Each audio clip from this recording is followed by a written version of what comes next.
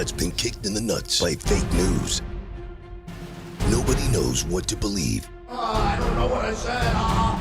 We need one maverick newsman to cut through all the noise and tell us what's really real.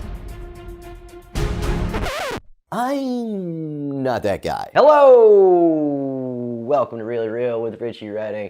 I'm Richie Redding, and we've got a bunch of dumb shit to talk about this week, and I want to welcome all of our new subs that I'm suspecting a lot of you came from when I did Kumia's show, because all of the names are something like Fa Q and I Yeet Yes.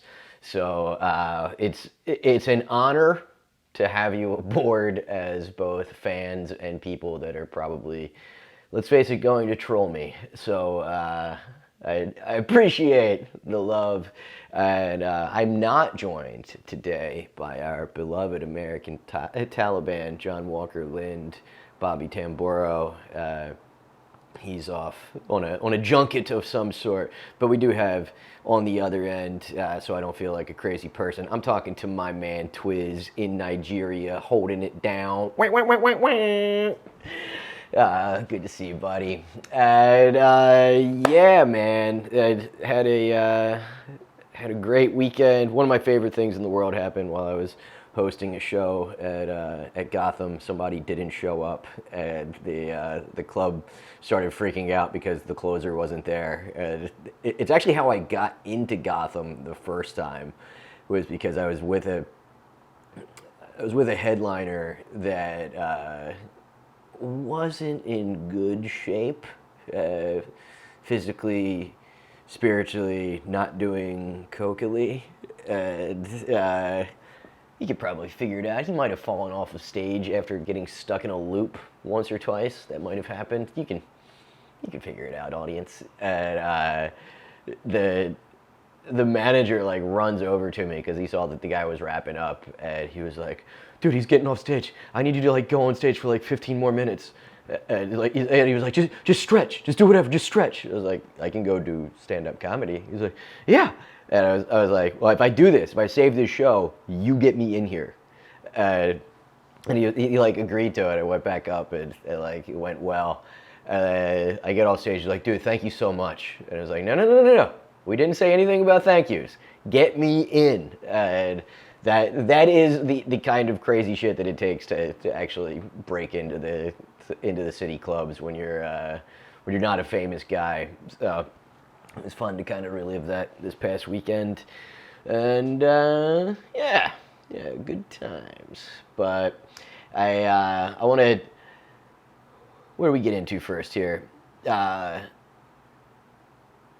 Rest in peace, Pee Wee Herman. That's crazy. I can't believe the dude was 70 years old. Like, I don't know. He's one of those people that was just stuck young, you know, in my mind. And also, I got to say that I think he was the first person that I ever like, you know, did impressions of to get laughs as a kid.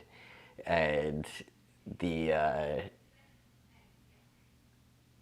you know, like there's just, you never forget those people who were like the first ones that it was like that you could do that person and get laughs. I feel like it was Pee Wee, Max. Man, I'm dating the shit out of myself here. Pee Wee Herman, Max Headroom, and Mike Tyson were like the three things that if you could do them on the bus, you were killing. Yeah. So shouts to Pee Wee for that. And yeah, I feel like it's one of those things that it's like unknown, that like we all know what happened, which we'll get into, but that it started, I think it was the Groundlings, and it was absolutely an insane coke-fueled like midnight comedy show. And it was meant to be this off the rails thing for adults that, you know, it's got Phil Hartman as like one of his sidekicks. It was a debauched, like just fucked up. Imagine if this was a kid's show, and somehow by the power of doing stuff in Hollywood, somebody was like, oh yeah, that thing that was never supposed to be a kid's show, let's make it a kid's show. And he just got pushed into this crazy fame in a way that he probably really never intended. But one of the best parts about the story of him taking off was that in the first 5 or 6 years, whatever that run of the show was, when he was super famous before he got in trouble, he never told anybody his name, and it was pre-internet, so it wasn't like today where you could just look up, oh yeah, it was Pee Wee Herman on IMDb, played by Paul Reubens. Nobody knew this guy's real name, and whenever he did press, he appeared as Pee Wee Herman. So he just never turned it off, right? So it's just he would go to the Oscars and just just do this weird shit everywhere that he went. I don't know. There's something so punk. Well, first of all, it's so disturbed, but also punk rock about that. You really have to respect it. And and then on the other hand, man, does Gen X really have some splaining to do in terms of who our childhood heroes are between Pee Wee Herman and Michael Jackson. It's yeah, well, in the 80s you could be a child star and still occasionally bag a kid, It was different back then, Twiz. It was different. But even I looked it up just to just to brush up on it, was that in '91, the wholesome image of Pee Wee Herman that he spent years curating was ripped apart after he was arrested for allegedly masturbating in a public movie theater, leaving many to wonder if he had his true self hidden from the world because he was hiding a very dark secret. And there was a lot of parts of that, because I was probably, so I was 12 or 13. I was thinking I was 12 when that happened. And as a kid, there was no way to process oh, your show is gone, your favorite show is off the air because this guy got caught jerking off at a movie theater. But because I wasn't even jerking off yet. But also, just saying that it was a movie theater was so misleading that it was a theater. It was a porn theater. Did anybody ever go to a porn theater and just watch? So he just happened to be, well, I don't know. I mean, presumably he happened to be there when they went to go just do a raid to get some numbers. So, it's basically go harass the gays, right? Because what else happened at that theater? I don't think too many chicks were showing up with their vibrators to go jerk off at a theater filled with guys, right? It was just dudes doing gay shit, but.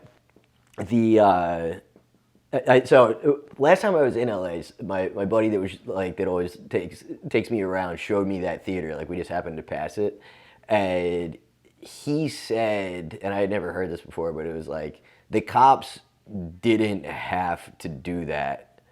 They basically perp walked him on purpose. One of the cops recognized him and intentionally fucked him over, and they reported it to the paparazzi. They did all this shit. They put it out there, they did their version of a press release or whatever. They put it out there that they had Pee Wee Herman, and really didn't have to, because especially if you consider the fact that Paul Reubens could have just. If they publish the name Paul Reubens, nobody knows who the fuck Paul Reubens is. But it was a really intentional takedown of Pee Wee Herman, and supposedly the agents got involved and tried to tried to grease the wheels to get him out of it. But I mean, and then, but play the flip side of that. If you're a cop that leans a little homophobic and you just found out that your kid's favorite weirdo character was caught jerking off, you might want to sink that battleship. So I don't know. I see both sides of it, but it was definitely like nobody else that was arrested in that raid was also got the same treatment and got perp walked and all that kind of bullshit, right? It was just for him because of his celebrity. But yeah. So okay, and here's a funny part of this was that the actor and comedian fiercely denied the accusations, later claiming that he had experts that could prove that he was not participating in the crude act, and eventually pleaded no contest to indecent exposure, which avoided a charge on his record. But man, would that have been the trial of the century if somehow he contested it.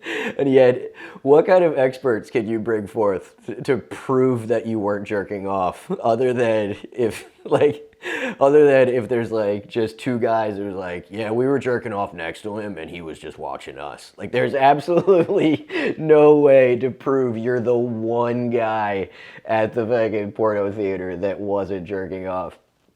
Oh man. The theater experience, really, it's not what you need for porn necessarily. I wonder if there's anybody out there that really misses the porn theater, Like, yeah, the internet's good, but man, that big screen was just sweet, dude. You haven't really seen porn until you've heard it in that theater sound. So much better. But, so there was also a weird so it did get weirder for Pee Wee. I wanted this to be a tribute, but you have to talk about this shit, right? That in 2002, he became the subject of even more scandal when police claimed they'd found dozens of child pornography images and memorabilia in his home. He has insisted, however, that they were simply pieces of historical art and that they were not used for any kind of sexual purpose, insisting, I may be weird, but I'm not a pedophile. The child porn charges were ultimately dropped in exchange for Paul pleading guilty to a lesser charge of possession of an obscene image, which is just the weirdest dealings all around. So, like, it definitely... You can glean from that it definitely was not something on his computer, because there's basically like a conspiracy charge baked in with whenever you have anything on your computer, because it's supposedly it's not. So a detective told me this, that it's not owning the image, it's the fact that you downloaded it, and that act of downloading it basically makes it a crime, because it's like a RICO type thing, that you're using the internet for illicit purposes. But memorabilia, bro? What kind of... That's not Mickey Mantle's baseball. What kind of memorabilia could also be fucking kid porn? Oh, Pee Wee. Oh, Pee Wee. You will be missed. I don't know why I went down this road, but fuck, man, it's so gross. But this is why I actually brought up the porn theater thing, was because there was a porn theater in Philly that was attached to a shop that was like the only two places to get whippets in Philly were, it was John's Adult Bookstore, and then this place, I think it was on Market, and it was just another weird sex shop. But like, you would go in there, and there was always weirdos lurking around, and but like, me and my buddies would always just go in to get whippets, just like quick in and out. But then there was like a whole theater section off to, that was like the main thing, was the actual theater section.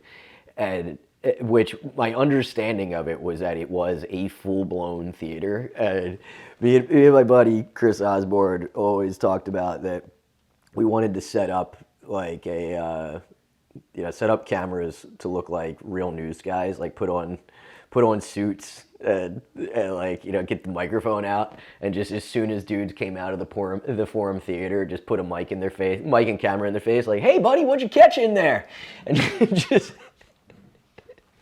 just see businessmen freak out. But yeah, we probably would have gotten our asses beat if we did that. But yeah, and actually, my other buddy was in there, and he said that he saw the owner of the place one time, because they had like the Jack Shacks in the back. And the owner of the place one time was there was like some crackhead was running out past him, and then the owner of the place was some fat guy, had his pants half down and a blackjack, and he's just whacking this guy on the head as he ran away, and he like beat the dude unconscious and then like fucking pulled his fat ass pants up and just kept it moving. And he was just like, "Can I just get these whippets? I just want to get high." But so that place, the reason I'm talking about that place is that it was attached to the Salvation Army in Philly, and the Salvation Army collapsed. The wall to it collapsed. So it was like, here's the Forum Theater, right here's the Salvation Army, and this wall connecting it collapsed. But it also collapsed the whole fucking porn theater, which, man, if there's a worse time or place to be somewhere, to be like one person died in the process, but I've just always imagined that there's some dudes are just fucking jacking off in this theater, and then the ceiling collapses on them. And then not only are you in for the fight of your life to get this fucking thing off of you, to get this roof off of you, but you also hear firefighters and shit coming, and you're trying to get your dick away while the roof is on top of you. So they don't get the jaws of life to catch you for fucking jacking off.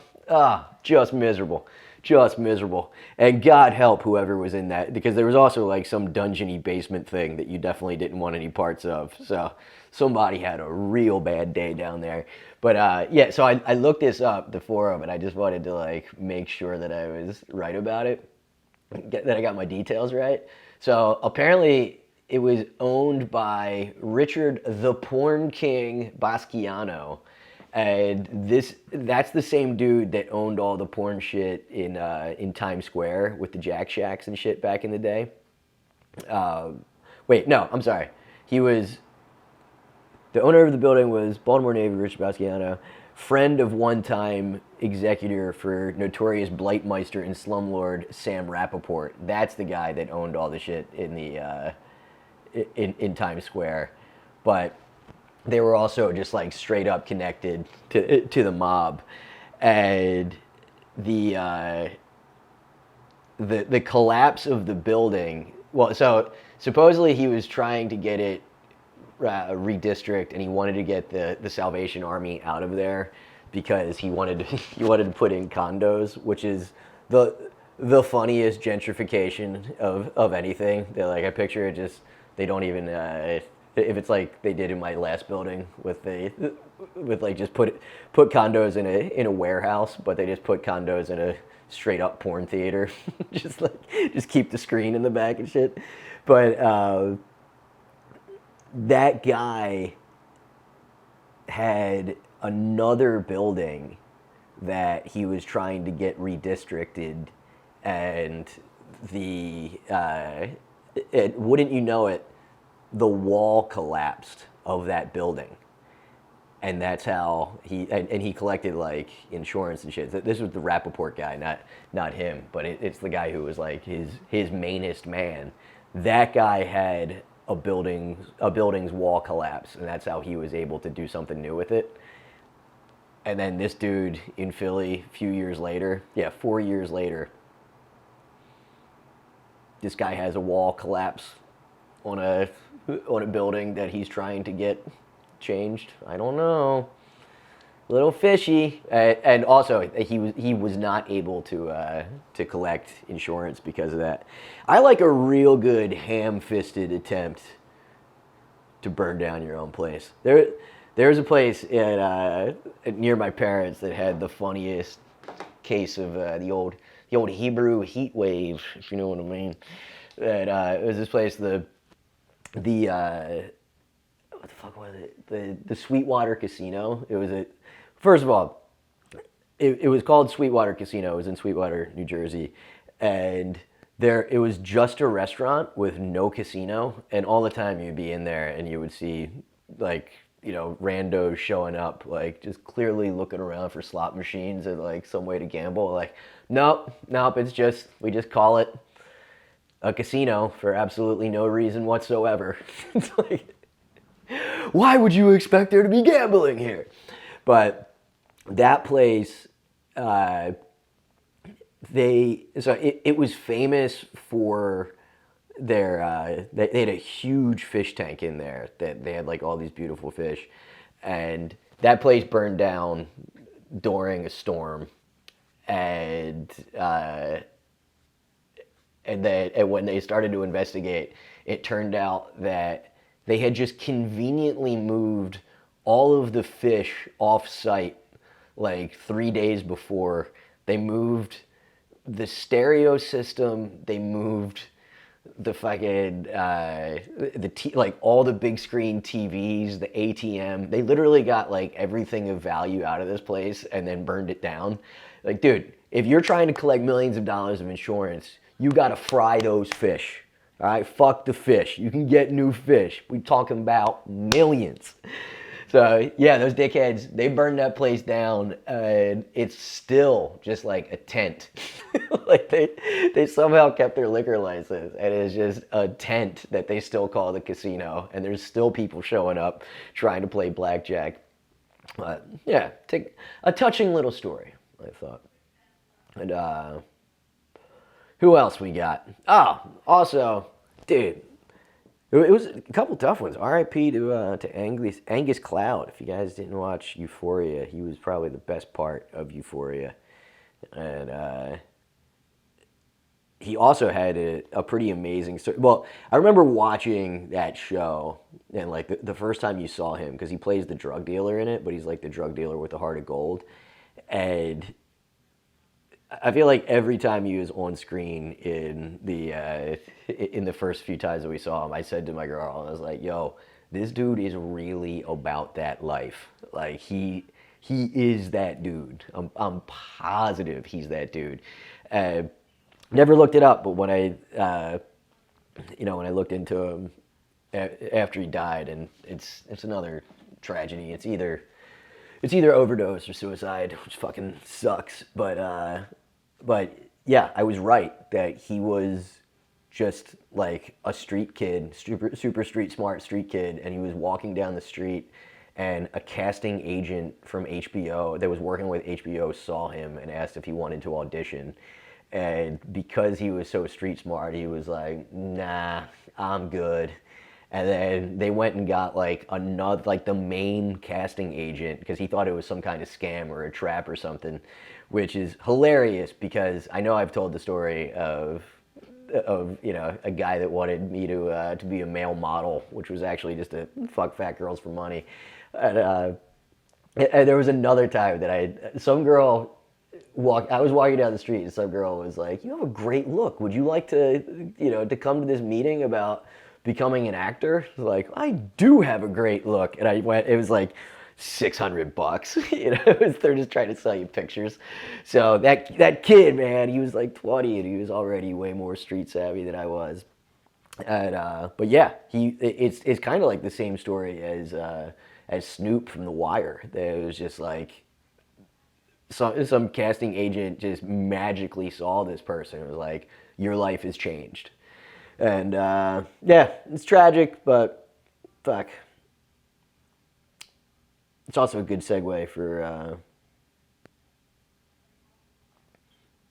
this absolute weirdo, Bobby. If you click on this dude is a wigger, but for dogs. just realized that Twiz, my Nigerian friend, are you familiar with the term wigger? It's just a really cool guy. I feel like young people in general aren't familiar with it. It was very big in the 90s. Watching you look this up right now is very fun. But yeah, Bobby started at the 30-second mark. This fucking guy, a Japanese guy, has gone super viral because he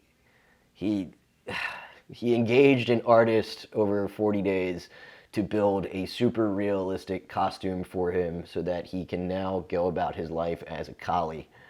And respect on how real looking the costume is, but look at this dude just hurting. There's no way this doesn't suck.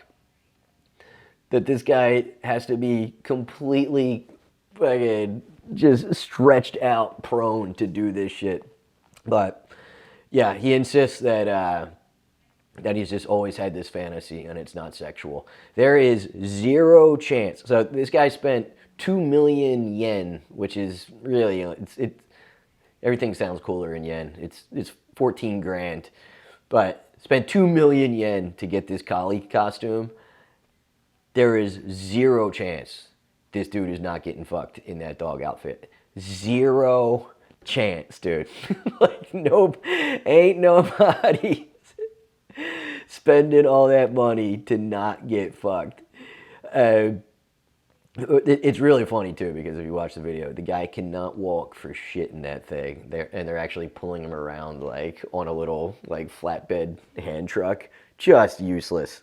But yeah, so he's got this this account that is it's just him as the dog, and he's not releasing what his name is because he says he still has a normal work life. Yeah, the page is I want to be an animal. If you want to lose a few minutes to an absolute life of an asshole, I highly recommend this guy. The dog does look disturbingly very real, but there's a video of him going in and out of his house, and all I can think of is this guy's neighbors. Of like, dude, you move. You're either fucking that guy up or you're moving. Right? There's no in between of like, oh yeah, that's my neighbor. He just wants to be a dog. I don't think I've mentioned this guy before. The weirdest neighbor I ever had was this dude in Philly. It was when I was. It was my favorite place that I ever lived, but I was in the hood. It was 27th and Kilwhitey, if you're familiar with the neighborhood. But it was on Girard Avenue, and it was a friendship just built on drugs and alcohol. It was me and my buddy Fitzy, total odd couple. I was 24, he was 42. But the dude had party legs, bro. I mean, nobody could party like Fitzy. He would stay up all night doing blow, and then at like 6 a.m, he just turned a switch and it was like, well, time to go to work. And he went to work as a tile setter, just backbreaking work, right? But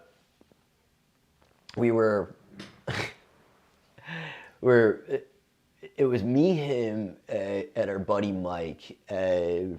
We were taking ecstasy. We were going to go to a party, and we had like, we were each like one pill deep, but like really feeling it. And I've always thought I had sensitive hearing, but I think it got amplified by all the ecstasy I did back in the day. And I always thought I had like insane hearing when I was on E, but my friends didn't believe me. And we're like, we're playing music, like hanging out, talking, and I hear a very, very faint, And I was like, dude, I think I heard something. And they're like, you didn't fucking hear anything, man. You know? And I was like, no, I think I heard something. And I go to the door. Well, we pause the music. I go to the door, which is crazy far away because it's another one of these converted factory spaces. And there's this vampire-looking dude standing there. And but also the three of us are all rolling, so it's like, hark, a stranger knocks, you know. So we're like into it at first. We all go to the door, like all fucking, you know, pupils blasted out. And it's like, what's up, man? He's like, my name is Jamie. I'm your neighbor, and I am nocturnal. And I'm immediately like, I just get this huge smile on my face, like, it's a weirdo. And Fitzy somehow, just right through the ecstasy, immediately starts getting mad. And, and he's like, so, you know, I'm a triathlete and I train at night. So, you know, I'm running, I'm biking, I'm swimming. I'm like, where do you swim at night? He goes, the Schuylkill. The Schuylkill is the same river that I rode in, and it's disgusting. Like, all the runoff for all of Philadelphia all pours into the Schuylkill. Just every piece of dirt and every chemical you don't want any parts of goes into the Schuylkill. And this fucking maniac is swimming a mile at night just in the dark, in the filth. There's porta potties sticking up out of this bitch. Like, it's disgusting. And I was like, okay, man, well, what can I do? Like, you know, are we being loud? And he's like, it's not now so much as during the day is when I sleep. So if I could ask you as a neighbor to keep it down. And there's like this pause that was like, is this guy complaining about like not now? And I'm rolling and a people pleaser, so I'm about to just be like, all right, man, we'll try. And Fitzy's like, you're fucking fucked. It's like, I don't care if you're nocturnal. I don't care what the fuck you are. You're a fucking weirdo. Fuck off. And he just like sends the guy packing. And we go across the hallway and we tell our neighbor, who's like the one that got us into this apartment. She's been there forever, Tracy, about it. And she's like, oh, dude, he's also a raw foodist. Like, what the hell is a raw? Like, I didn't even heard of it at the time. And she's like, yeah, he only eats raw food, and he's not vegan, so he grows his own worms. It's like, wait, what? So, yeah, this dude had dozens of worm farms going, and also he also grew bugs. He had like, it wasn't crickets, it was like some kind of like roach type thing that he was growing in plastic containers to fuel. Yeah, so dude, he would just pop the head off of a fucking worm, let it die, put a little lemon on it to season it up, and just put that on his salads, and that was his source of protein. Just the gnarliest, dude. And then goes eat a worm salad and then go swim in the Schuylkill. If there's a better life, I don't know what it is. That's living right there, brother. I am a raw foodist. Fucking weirdo. What else we got here? Twiz. Oh. Dude, the connections I make. So when I was looking up the wigger but for dogs thing, the dog wigger, there's another thing that not even going to go into it, but the cops say that a Tennessee woman was busted on charges of child porn possession, leading cops to allegedly discover a sick video of her dog performing a sex act on her, and she's charged with sexual exploitation of a minor and criminal offense against animals and other obscene crimes.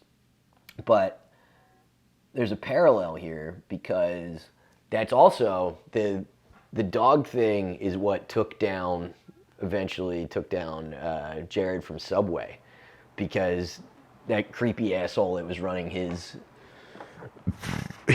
bullshit foundation had solicited videos. That's what the cops originally looked into. That's why the house got raided, was because they were looking for a dog fucker video. But, you know, it has me wondering is it possible that dog fuckery is like a gateway drug to kid fuckery?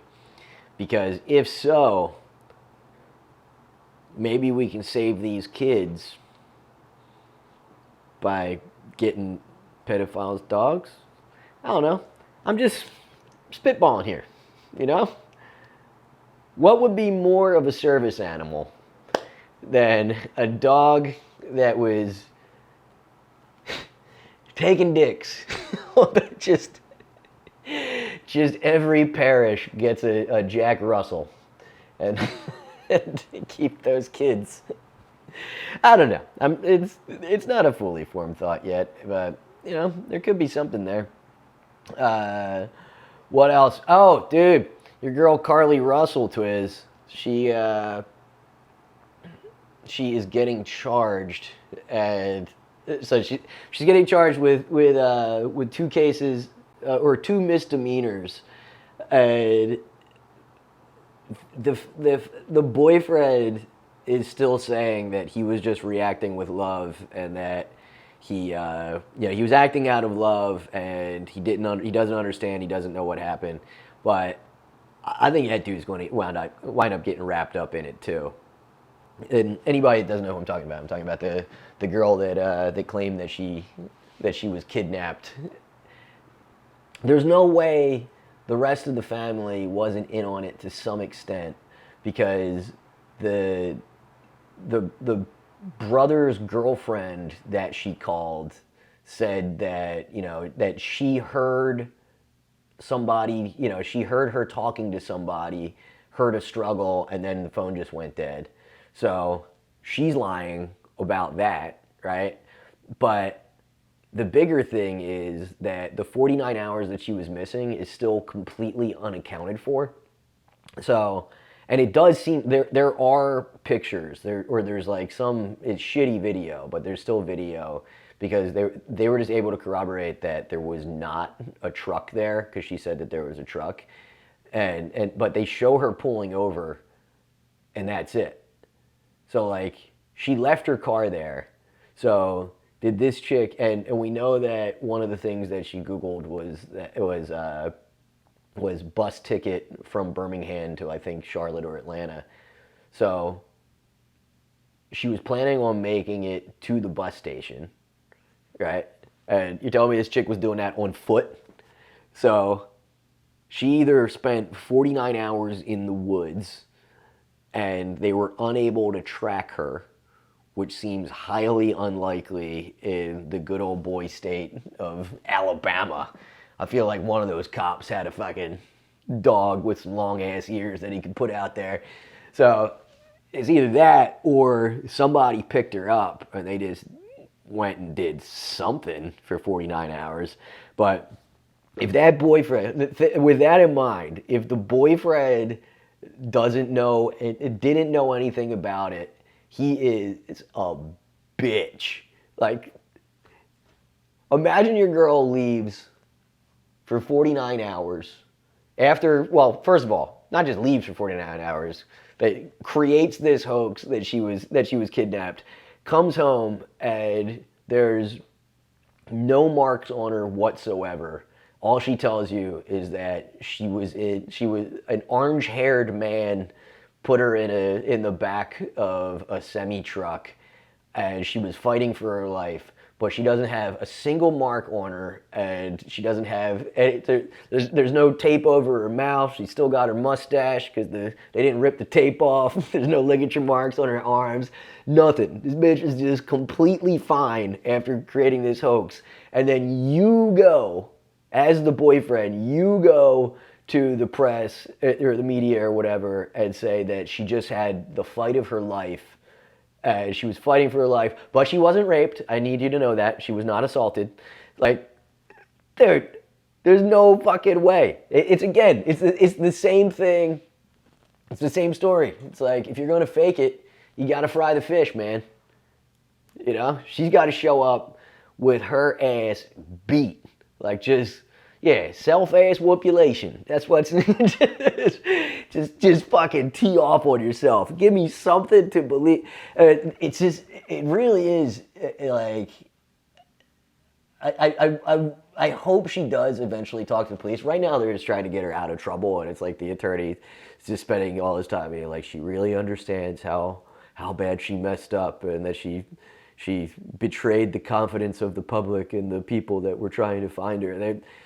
They're playing the keep her out of jail game right now, but I want to know what the plan was. And like, it almost doesn't make any sense at all beyond that she was trying, that they were all trying, boyfriend, brother and girlfriend, that they were all hoping that this thing turned into a Gabby Petito podcast, right? That like this thing, I feel like it reads like a fucking Law and Order where some dickhead tried to recreate a rip from the headlines scenario and became the headlines. Like I don't know. If that's the end of this, I will be very surprised. But anyway, don't want to linger on that. Next up on my stories, got my little stories here.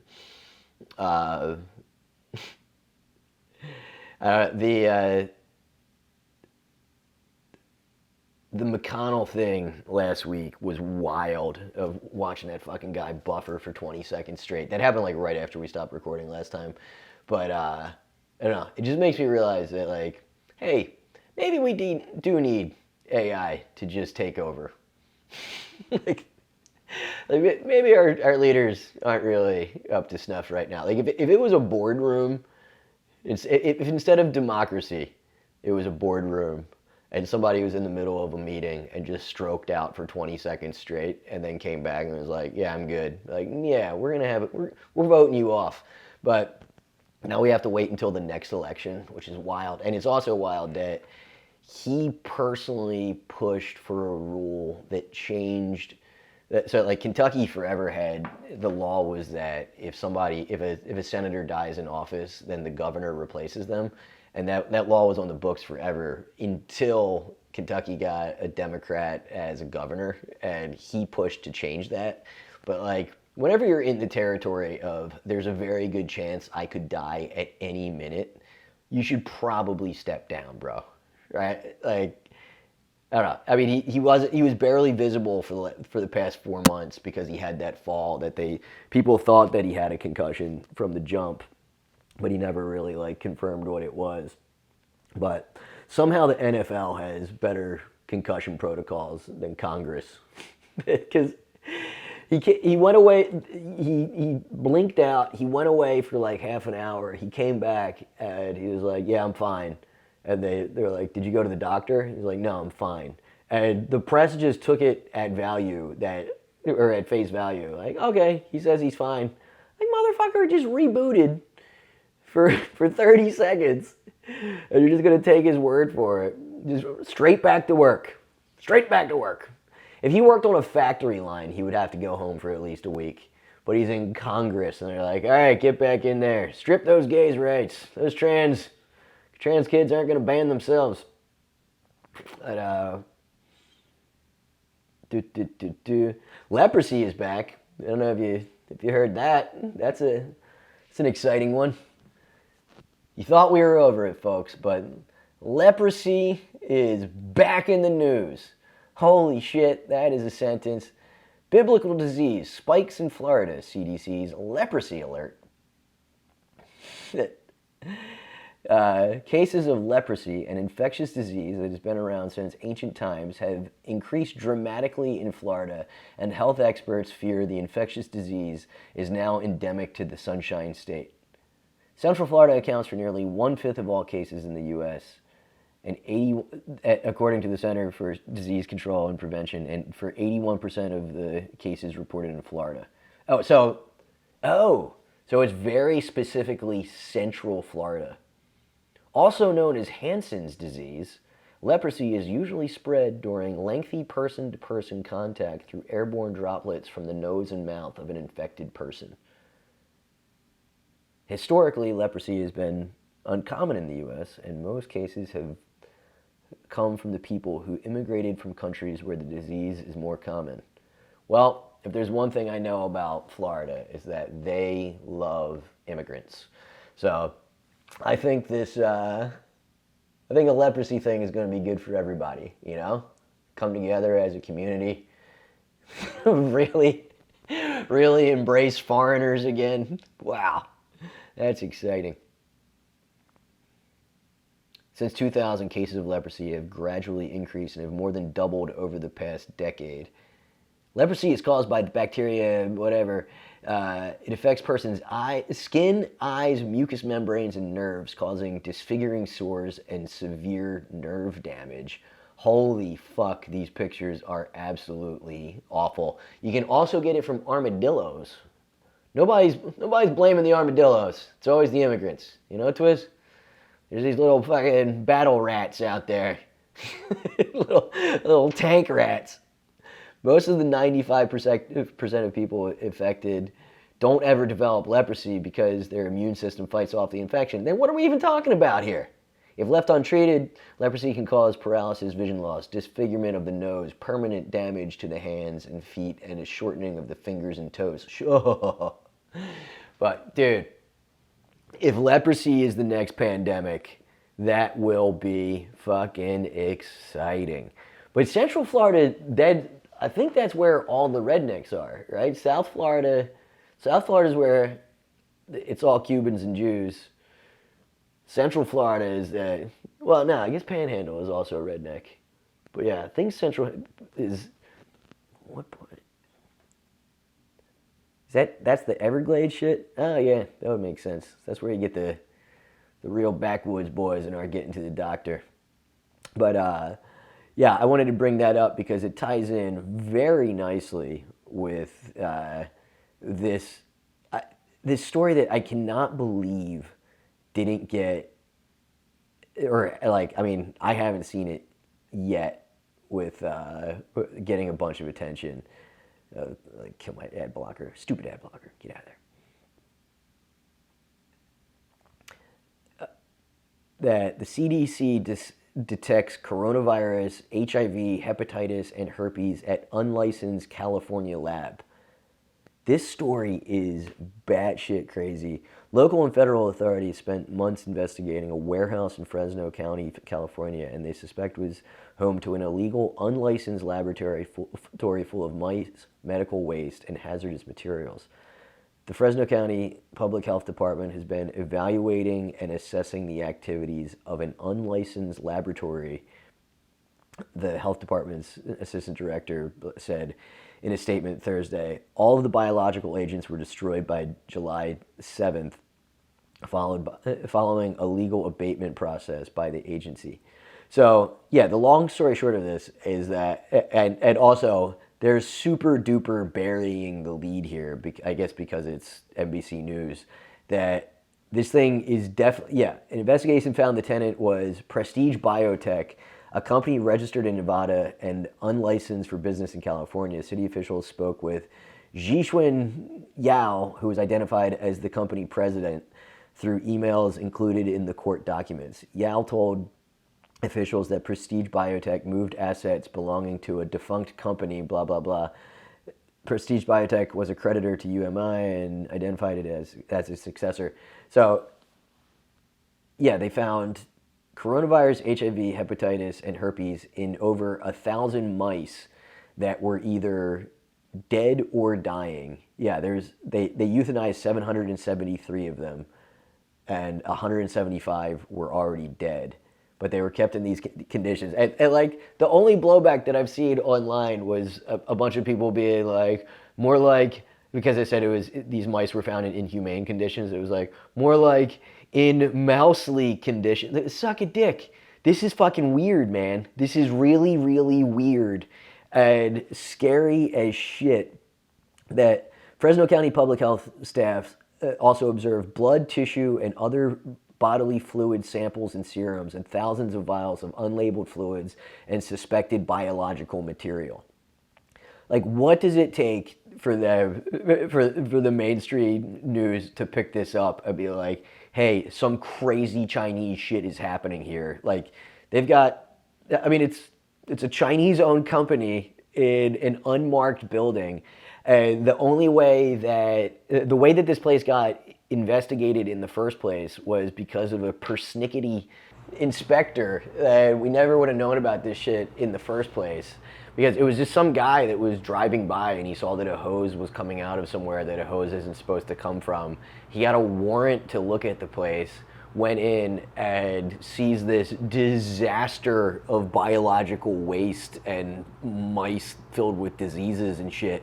Like, how is that not bigger news, right? That it's, like, I feel like it's somehow they're stifling it because it's up there with the lab leak theory, which is now, like, completely confirmed, but you just don't hear, sorry, I'm changing my, it's basically completely confirmed, and you just don't hear anybody in the mainstream media talking about it.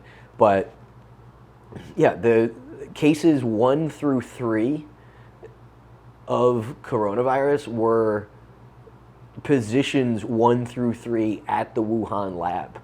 Like, there's a very good chance most of these megaviruses all come from a lab. Even fucking Lyme disease was, there was a government grant that was working on tick-borne illnesses like 25 miles from Lyme, Connecticut. And, like, you know, within a few years of that happening, people start getting Lyme disease. This ain't rocket surgery, folks. But, like, I don't know. It's disturbing to me that this isn't a bigger deal. And I mean, I really haven't seen anybody running with it. It's just so fucking crazy that it's just getting left at that. Yeah, sometimes you just got, you know, vessels filled with biological material that could kill a whole bunch of people. And I remember hearing on a podcast, I mean, he's kind of played himself a little bit, but Dr. Drew, I don't know how credible he is anymore, but he was talking about how the biggest health threat in America, this was before the corona, was on Skid Row. That Skid Row had the exact, or it still does have the exact conditions that you need to start the bubonic plague. That, like, it's people, you know, living without sanitation, and there's rats running around, there's feces from animals and humans and cross-contamination and eating it and just all this gnarly shit. So it's like, never heard anything about that, right? Like, you never hear Gavin Newsom be like, hey, we might have bubonic plague on our hands. Let's clean this fucking street. Let's blast everybody out of here. But I don't know. So this whole thing reminded me of a story that I've wanted to tell in here for a while. Of I did a very, very brief stint as a limo driver when I was living in Philly, when I first started off doing comedy. And it was actually my drug dealer buddy that got me the job. That was his cover job. He did it like a couple days a week. And most of the time it was just sitting there at the airport with that sign, the sign and the hat. Oh, I hated that hat so much. Just sit there with the sign, just be like, please don't let me see anybody I know. Please don't let me see anybody I know. I could just see I would just picture my successful friends from college coming down the escalator like, Reddy, what the fuck are you doing here, bro? Shit. I am not winning at life. That's what I'm doing. But one of the people that I had was, well, the only person that I actually know who it was this guy, Dr. Richard Preston, and he was he's the author of The Hot Zone, the book about it's the book that the movie Outbreak was based on, and I want to say it was probably like 2004. Yeah, it like just started doing comedy, and so he's like, you know, he's a doctor, but he's a PhD doctor, but he's the master of all things deadly germs and microbes, and the anthrax attacks had like just they were still fresh in the mind, you know, and I asked him if he thought that we would ever find the guy that did it. He's like, they know who did it. And it's like, really? He's like, yeah, they know. And I think it's the same guy that, I'm not sure about this just because, you know, it was 20 years ago and who knows, but there was the anthrax documentary on Netflix kind of makes it as if the guy that worked at the CDC had been like falsely accused and that his life had been destroyed. But he said that it was this guy that worked at the CDC who was a central figure in his book in Zaire, the one in Zaire, that his dude Twiz had. There's this scene in the book where they took Ebola so seriously back then that they went around, they got like helicoptered in and they went around with flamethrowers and they were you know, torching the bodies of the people that had it so that it couldn't ooze out and like infect anybody else. And and while they're there doing that, one of the CDC guys with the torches looks over and he sees that this dude's arm had gone limp, and it's, you know, it's just like hanging. So he runs over. He's like, "Oh fuck!" and he gets in front of his face, and this dude is standing over. He's got his arm out of the suit. He's got a fucking candy bar inside of the suit and the mask, and he's eating a candy bar and he's looking down at a guy who's just like shitting his guts out, bleeding, and he's got a big smile on his face. So that got reported, and that was like one of the first big strikes that he ever had. And then he wound up getting fired around like 2001, 2002 because he had inappropriate sex with his underling. But it was that, and this is according to him, was that they were in the hood, like, you know, the big biolab shit. Basically the thing from The Rock, where they're like dealing with the most dangerous substance in the world. And this dude and he had been having an affair with his you know, with one of the scientists that he worked with, and he pulls this chick's pants down and starts fucking her in the lab directly next to like one of the most dangerous biomes or whatever in the world. And it's like, it's on camera, like everything, even though it was 20 years ago, like all that shit was still on camera back then. And they fired him because of that. And he said at the time, like, you're gonna regret this. And the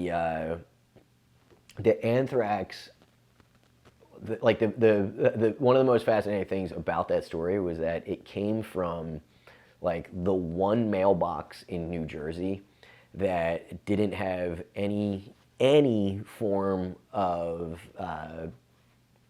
of CCTV anywhere along the route to it. Like in every direction, you couldn't find even so much as like an ATM that had a camera that could get license plates on the way by. And whoever was sending the anthrax knew that that mailbox was the safest place in like the East Coast to send shit from. So it's somebody that was probably smart enough to be able to like hack into the FBI's own internal, like their surveillance system. And and Preston had interviewed this guy before. I really want to get him on as a guest one of these days.